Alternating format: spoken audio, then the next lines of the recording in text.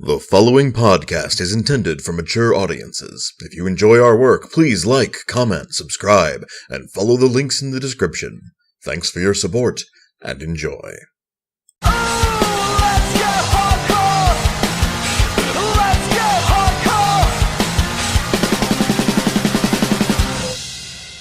Greetings and salutations, listener. It is I, Eric J. Chucci, joined, as always, by the boy. Hey! This is the Two Nuts Podcast. He did a fun thing with his hair. This week we're discussing, mostly probably going to be discussing Ant-Man and the Wasp, but we also want to take this opportunity to discuss the MCU as a whole, where we stand and where we go from here, because this is a unique sort of moment in the MCU. It is. And I honestly don't know how much we'll be able to talk Ant-Man and the Wasp. We've mentioned this before on the podcast. Listen to our entire backlog to catch all the times we've mentioned it. Sometimes we'll watch a movie that's a big release, and we just don't have shit to say. There's stuff to say about Ant-Man and the Wasp, but I think this conversation around Ant-Man and the Wasp is more going to be more interesting, going to be more what we end up talking about. But let's start with the movie itself. Yes, we have notably put this off for, I think, 3 weeks now. Yeah, it's just... And that sort of ties into the later conversation. I just wasn't hyped for it like I usually am from Marvel movies. I knew what I had to expect from it, and that's a lot to ask for me to leave the house and get in the car and go to the theater and pay the $16 to go sit through the previews, watch that fucking, what's his name, Johnny English? Was that it? Whoa, the Johnny English preview, yeah. Yeah, watch that again. And then watch this film, which I knew was going to be okay. And it was okay. It's just a lot to ask. Don't get us wrong. We both, if you watch, we had a podcast about Ant-Man, I believe, and we both really liked it. It was fun. It was a fun sort of separation from the current trend of Marvel movies at the time. Yeah, it was light and fluffy. It was everything that Doctor Strange would have benefited from, given its nature, as sort of separate from everything else. I don't think Doctor Strange should have been as funny, obviously, but this doesn't really tie too hard into anything else. For the most part. No, it doesn't really. And its tonal difference in a post-Thor Ragnarok MCU is less striking. And I think that does the movie a bit of a disservice because it's less of a contrast. Well, this is kind of the thing as well. And I was just looking at this. I saw some of this mentioned on Wikipedia. And I kind of agreed with it. I just didn't have as appropriate of words to put it in. Ant-Man and the Wasp and Ant-Man before it are strong palate cleansers for the Marvel movies they followed. Yeah, they both serve to really brighten up a room after the movies that came before them. Yeah. Ant-Man and the Wasp obviously is the movie after Infinity War, and Ant-Man followed Age of Ultron. Yeah, so they're the post-Avengers sort of, hey everyone, let's have a good time sort of movies. And while this isn't the last movie of Phase 3, it's the last movie of 2018. Yeah, and alright, so technically I imagine Avengers 4 is the last movie of Phase 3. Depends on how they calculate it. It might actually be Spider-Man, because right now in talks they're referring to that as post-Phase 3. Yeah, no, Kevin Feige has said the Spider-Man sequel, which is currently officially untitled, but Tom Holland can't keep that frog in his mouth to save his fucking life, so he's leaked the possible title as Spider-Man Far From Home. No real details as to what that means yet. Sure. But brain, there we go. It's, I think technically, unless you could probably count the next Avengers movie as the last of Phase 3, but Captain Marvel comes out first, and it's the first movie of Phase 4. It depends on how they think about it. I've got it listed here as still part of Phase 3, but it's splitting hairs over stupid terminology that really doesn't mean anything. No, I that's not true. I don't think that's true. Because I think the phases in the Marvel Cinematic Universe have very much been tonally separate. Like, I think they actually do sort of represent a good way of separating the movies into different eras, because it's been around. The Marvel Cinematic Universe has been around for a long damn time at this point. Sure. So it serves as a actually very useful way of separating things out, I think. As much as I'm someone who likes to categorize shit, I've just never really found the phase structure to be beneficial. I'm sure internally, in a plotting sense, it's crucial. Like, not only in terms of actually writing the stories, but planning the hype around it and the marketing and all that shit. I'm sure that is fucking essential. But for me as a fan, whatever. But I digress. We kind of want to talk about Ant-Man and the Wasp first. I like this film. It was fine, and that sounds like damning with faint praise, but it's not. It was a good movie. I have no regret about the money I paid for it or the time I spent watching it. It was fun.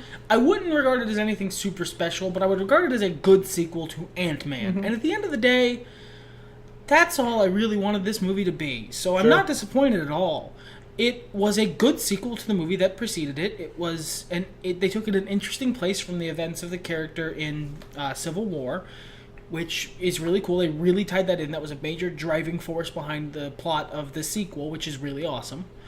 And the story was interesting. It was a smaller scale story, which I find, since they're using the Avengers movies as big team-up movies where they save the universe and such.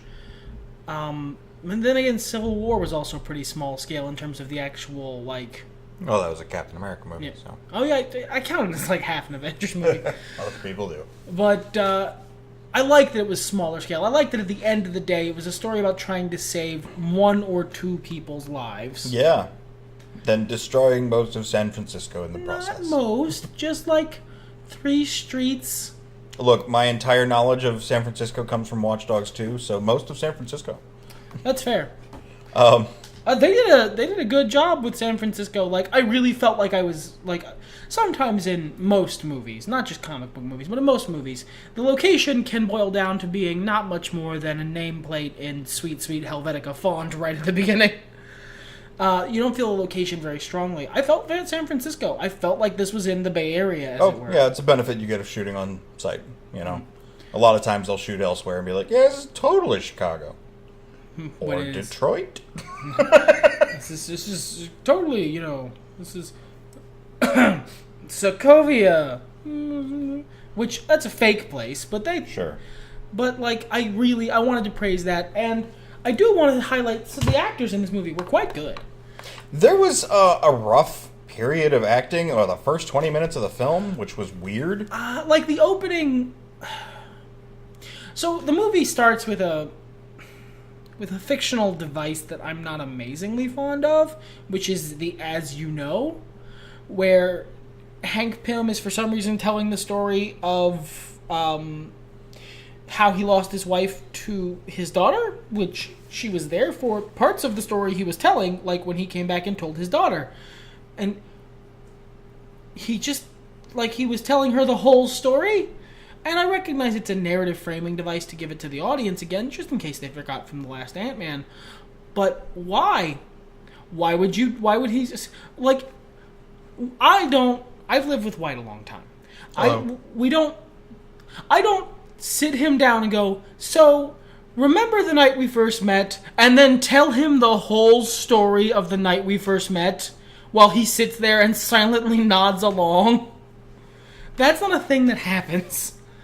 And it's not enough. I think that's part of that first 10-minute sort of roughness, is because that's not a great narrative device in the first place. You know, it felt like another trailer, honestly. So I wasn't even thinking about that. And the scene with Paul Rudd and daughter character in the tunnels, that was fine. Oh, daughter character. I don't remember her name. Peanut. Peanut. Her name is Peanut. Cassie. Yeah. But, like, all the acting he did after that, and even her a little bit, and these are both capable actors. I've been a fan of Paul Rudd since Friends.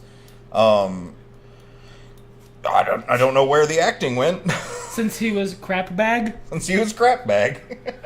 But I don't know. I like the daughter character. I like her too. I just, in that first section... It was a little cringy. Yeah, it just wasn't great. I thought it was fine because it was a little cringy, but like I think the acting on Paul Rudd's part was fine because I think it was supposed to be a little, little ridiculous because it's supposed to sort of help you get into the idea that he's running out of ways to keep himself busy. Oh, no, it wasn't even that part. It was just like conversations he was having with people. The acting just felt like, how to put it in a simple way.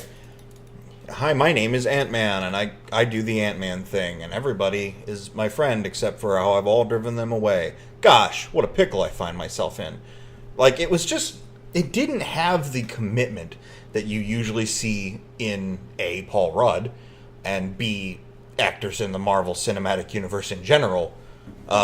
See, for me, I didn't notice that so much. For me, the one bit of acting, the one moment that I think was actually a little was honestly, again, it's a narrative device that I'm not unfond of. Both of the things I'm complaining about here can be done well, but it didn't happen this time. I don't think is when the villain, one of the villains, Ghost, sits and explains her entire life story and character motivation to her enemies, like in great detail. See, and the only thing about the Hank Pym thing that bothered me is that I did already know all this.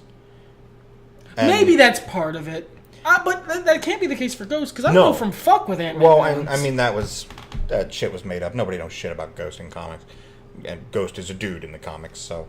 Well, fair enough. Like I said, I don't know from fuck with Ant-Man villains. I'm really sad we didn't get to see more of Ghost doing what Ghost does in the comics, like, because it's that power set doing what Ghost said she did.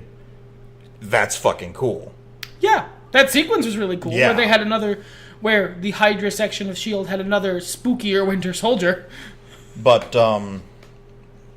which, I like the fact that they had more than one. That's good. Yeah, smart. You want to keep several. Maybe she was like the Autumn Soldier. I don't know. Yes, I know what that means. Don't at me. Actually, at me. Do we have one of those, patronize buttons? Patronize buttons! Yeah, it's called the comment section. No. Never mind. Whatever. YouTube's doing a support system now. We're not nearly important enough for that. We They sure don't pay us anyway. Got that Patreon button, though, if you want to hit that. There's a link or something in the description. Follow all the links in there. Click the things you find. Magic will happen. But, yeah, the Ghost backstory thing, I mean, it was a little, like, this whole movie is camp, man. I mean, it is exactly comic book page, kind of silly, save the day. The stakes are never too high, but they're never so low that you can't be invested. This is what it is. This is what I think most people expected out of the superhero comics boom. This is the fucking original Spider-Man trilogy. It's... I can do a good job of explaining it via contrast. Ant-Man is a perfectly functional comic book movie. It's fun, it's a great, way, it's a great time with the characters, and it serves its function really well. Ant-Man is Captain America, the First Avenger. By contrast, at this point in the MCU, we expect something that does a little bit more, that is a take on the genre, or works with another like subgenre in its story, or something to that effect. We're expecting something along the lines of Winter Soldier, or at least some people are.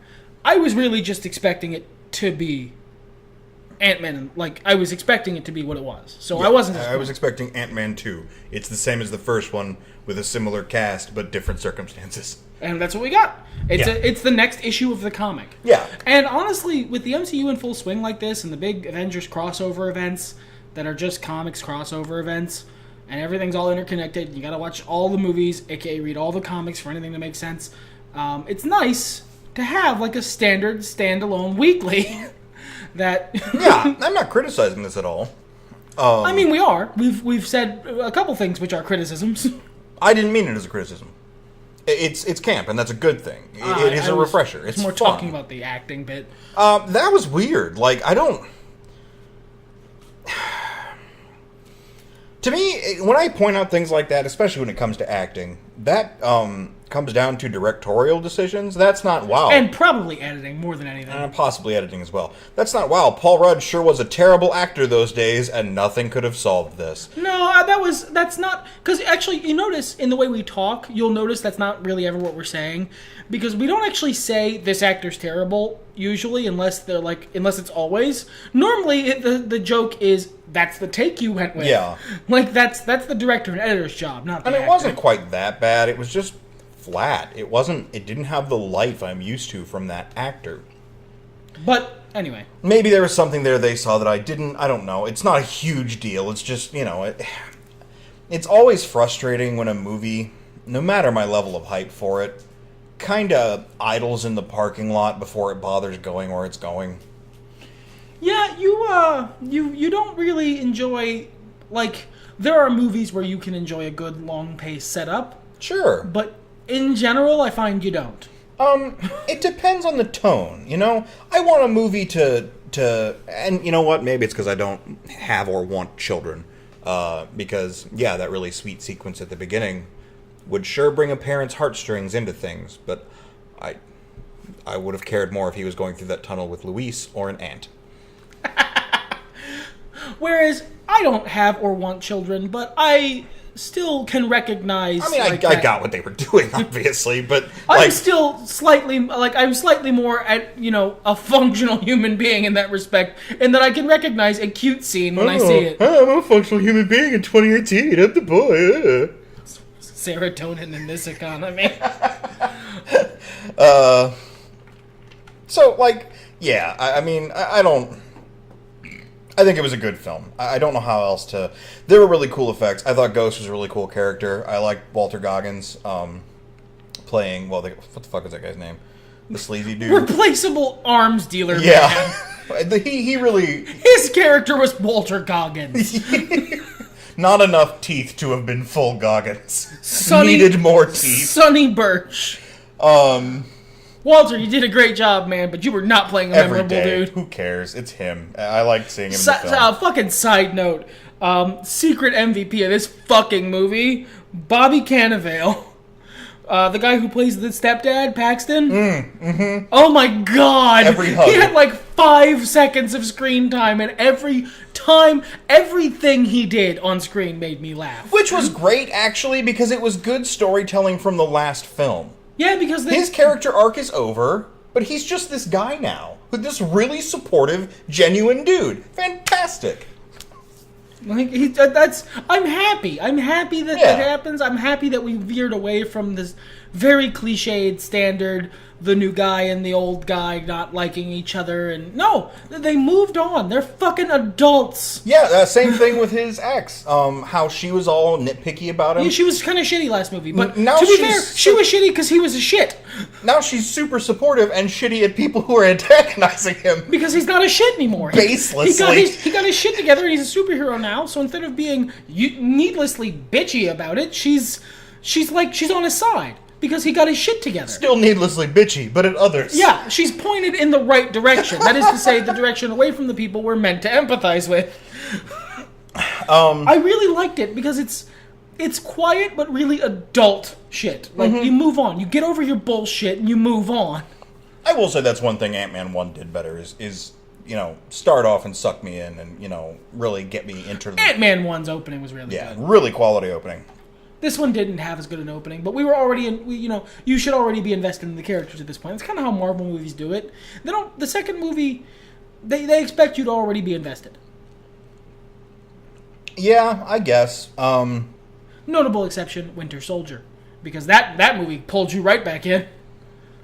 I don't know, man. Most of the movies just open a little more strongly for me. That's fair. That's absolutely fair. I think the only one that opened as weak as this in Marvel, and there's probably another one I'm probably forgetting, it's probably Iron Man 2, was Infinity War, because I feel like I missed something when it started. I feel like we began at, scene 3. That's a really great way of putting that.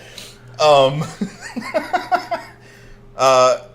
yeah, so that's Ant-Man. I'd recommend Ant-Man and the Wasp. Excuse me. Yeah, if you liked Ant-Man, go see Ant-Man and the Wasp. It's good. Yeah. We didn't cover much of the plot or anything, but to be honest, it's fairly forgettable. It's pretty thin. It's fun, and it serves a great purpose going forward. Except for now, it doesn't. And that's a good bridge into the next part of this conversation, I think. Sure. This is the last Marvel movie of this year, and we've got like half the year left. Yeah. The next, and speaking of can you pull up the Wikipedia page? Because yours, I'd love to. the page you have is better than mine. Googling. Is the release dates for fucking Captain Marvel and Avengers are literally like 2 months apart. Could you not have put Captain Marvel Christmas this year? There's no Star Wars movie, Disney. It's not like you have to fight yourself. Why is this not in Christmas time? Why is that not at like December? Were you not? I mean, it might be a production issue. It might be a production issue, but 2 months turnaround between Captain Marvel and then the next Avengers movie? 2 months, really? That's not a lot of time, guys. It was only about 2 months between Infinity War and Ant-Man and the Wasp. We just waited forever to see it. That's true. Which means we'll probably wait forever to see Avengers then. I don't know, man. I don't know. Or Captain Marvel. Or both. I honestly, like... And here's the thing. So, like, this is my perspective on it. I'm sure you'll have more to say. You always do. That sounded like really dark and catty, but I really mean. No, your opinion is usually so prepared that I was sitting over here feeling some type of way about it. No, go ahead. Go. Yeah. I haven't felt like this going into a Marvel phase since Marvel started making movies and we didn't know there were phases. And there's a reason for that, and it's because, we're all waiting on the second half of Infinity War, or whatever the fuck they end up calling it. Because right now, as far as we know, kayfabe, all the characters are dead. Like, clearly some of them are fucking dead, and some of them are coming back. But, like, we can't know which ones. There are some which are almost guaranteed. T'Challa, probably coming back. Peter Parker, probably coming back. I've heard noises that they might be going in a more Morales-y direction. I'd be fine with that. I'd be fine with that too, but I really like that. I really like Tom Holland's Peter Parker. I do too. I think that'd be a really sad loss this early, unless they split universes or something. There's so much they can do. In like the third Spider-Man movie, they do the Miles Morales storyline where Miles shows up, and then halfway through the movie, Peter Parker fights the Sinister Six and loses. Could be that. Or wins and it kills Could be him. like a variation of the Clone Saga. There's a big Please event. don't. Stop. No, don't do that.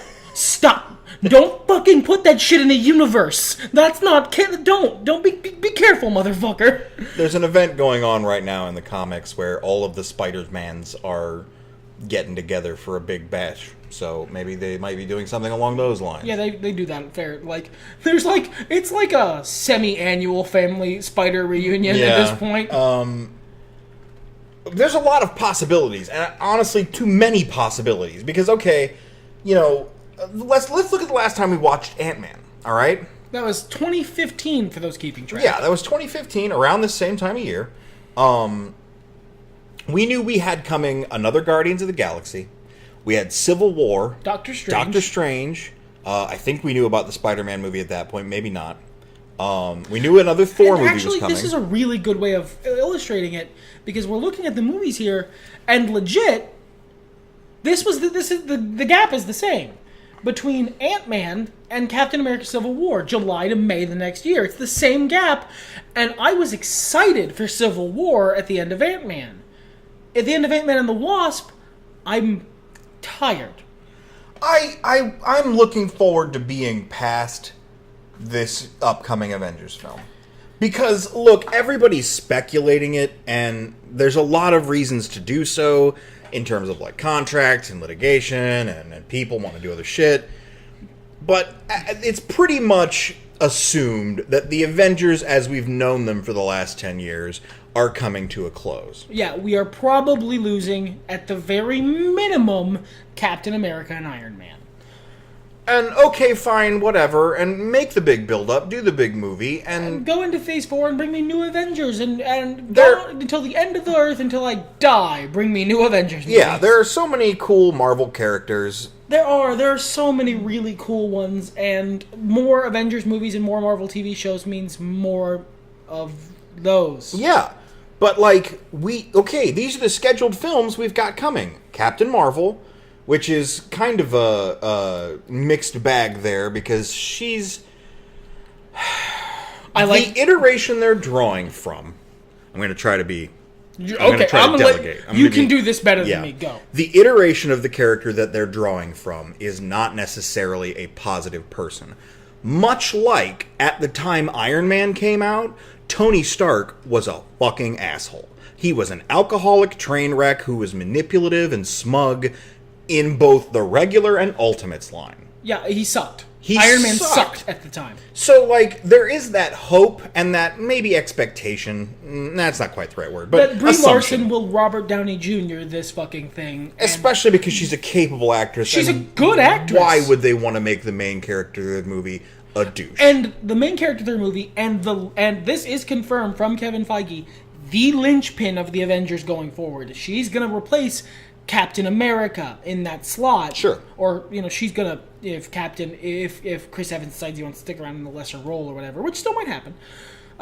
Still good. It's only a little over. It's still good. I just realized what I was doing. Yeah.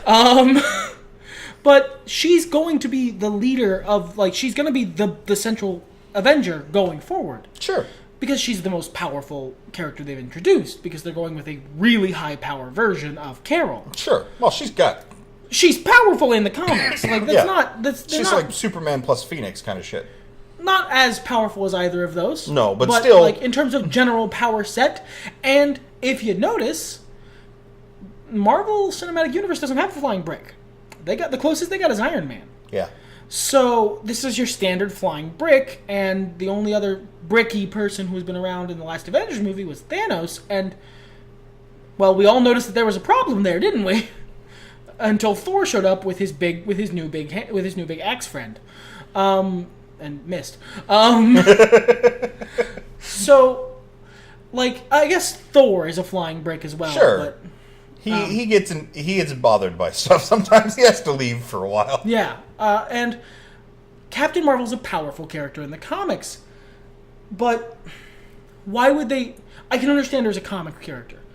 Whether or not I'm fond of the character personally, I understand her place in the world. I hated Tony Stark before Iron Man 1. Yeah, I hated Tony Stark before Iron Man 1 too.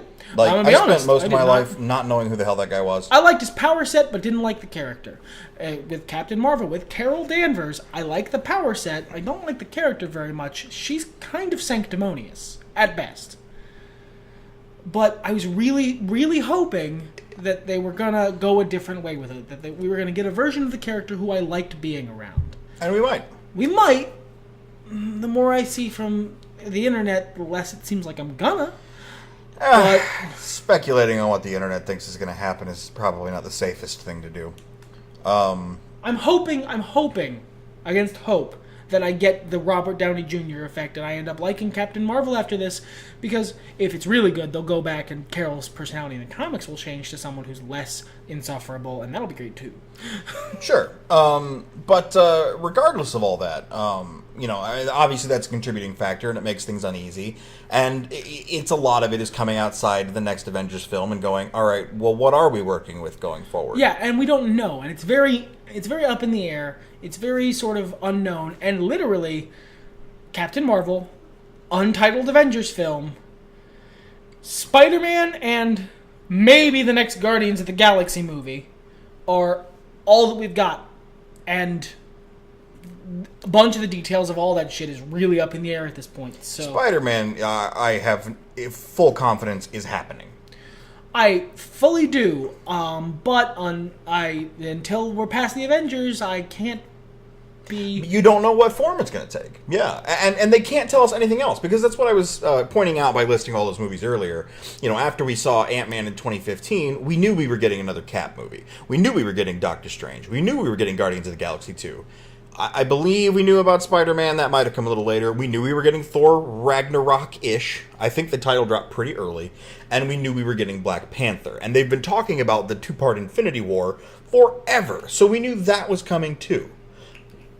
And Ant-Man and the Wasp. Honestly, that was revealed pretty quick after Ant-Man dropped. So, that's what, 2, 4, 6, 8 films that we knew we had to look forward to. For that big gap in 2015 to 2016. What we're looking forward to following this Ant-Man, following this Infinity War Avengers movie, is 4 films, maybe 3. There's so little hype going forward, and there's so many possibilities. And that should be... I should feel great about that. I should be like, oh man, imagine all the cool stories they could tell. But it feels much better if there are anchors. Like, it feels better to go, oh yeah, we're getting, they're bringing in Wrecking Crew, or they're bringing in, hell, I'm running out of ideas off the top of my head. I forget what license is what. Aren't they still buying Fox? What if they end up doing new X-Men movies? How cool would that be? Or a million other things. There's so many cool Marvel properties, and there's so many cool stories they could tell with their current properties, depending on what they decide to do.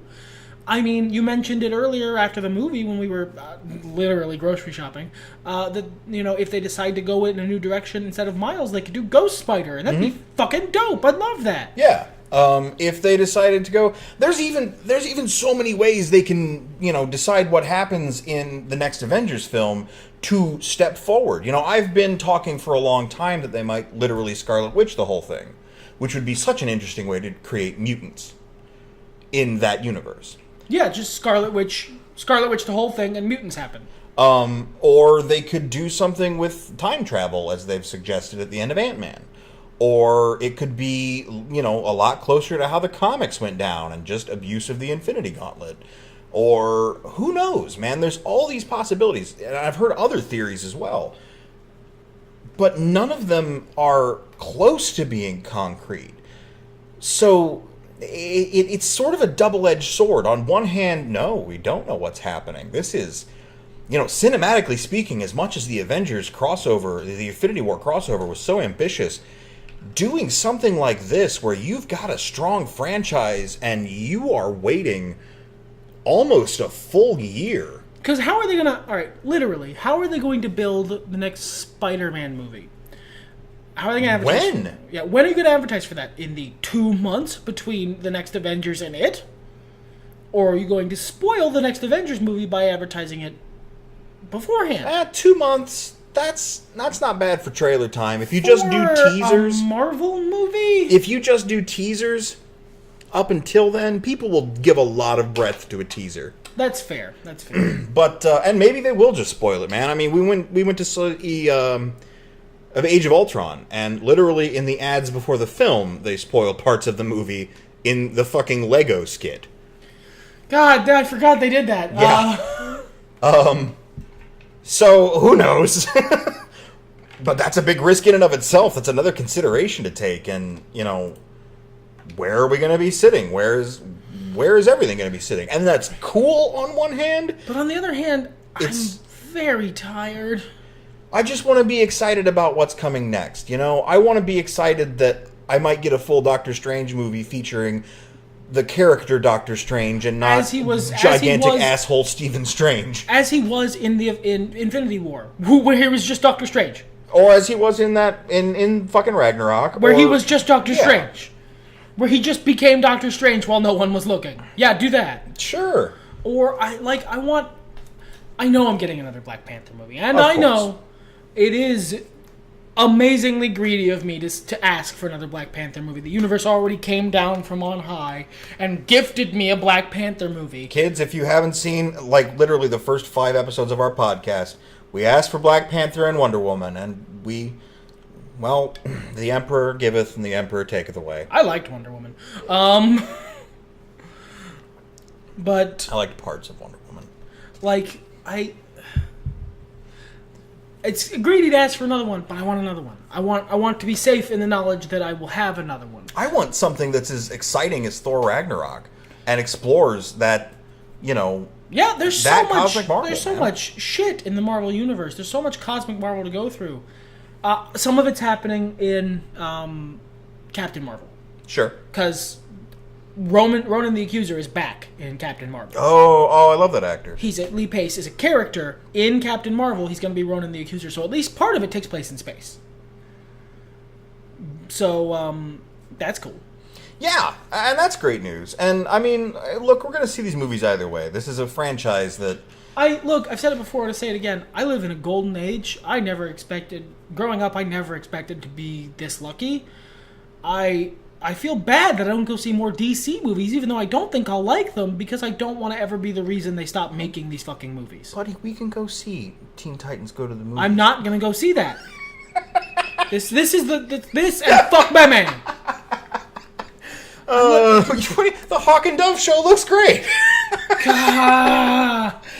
But, yeah, I mean, like, I was doing some thinking a couple of days ago about the movies I've seen and how my movie tastes have changed, and I was talking with a friend of mine, actually, about how Hollywood in general just doesn't know what the fuck it's doing anymore. Mostly his influence, not mine, because I don't pay attention to that shit. But movies are different now because the superhero genre is so fucking strong.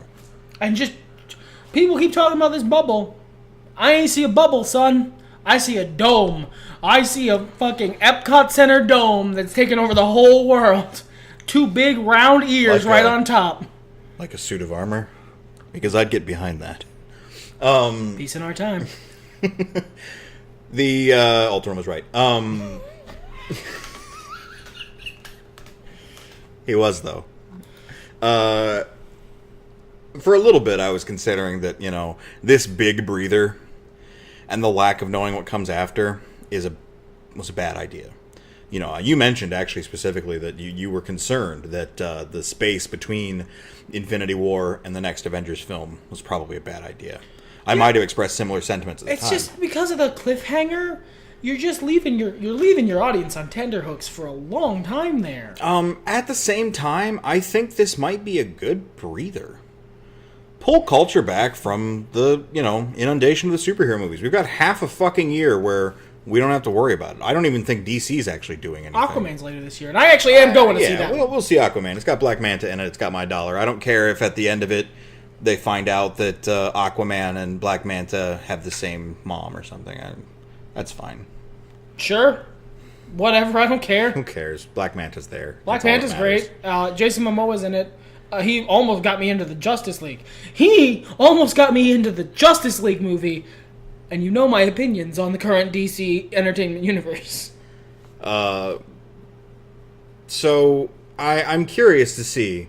We don't really go back and listen to these podcasts, and I doubt this will be an exception. But when you say words out loud and record them, it kind of gives you bigger memory on them. So I will be curious to see when we come back, a year from now, and we've seen Untitled Avengers film and Spider-Man Far From Home, and see how our thoughts are.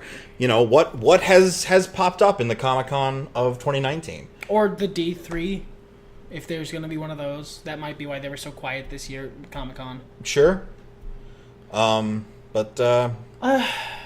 interested, but not hopeful majorly for the future. I'm just... Right now, and I hope it changes, but right now I'm very tired. But this conversation was fun. Ultron was right. Everything's better when nerds talk about it. Fuck it, let's get high.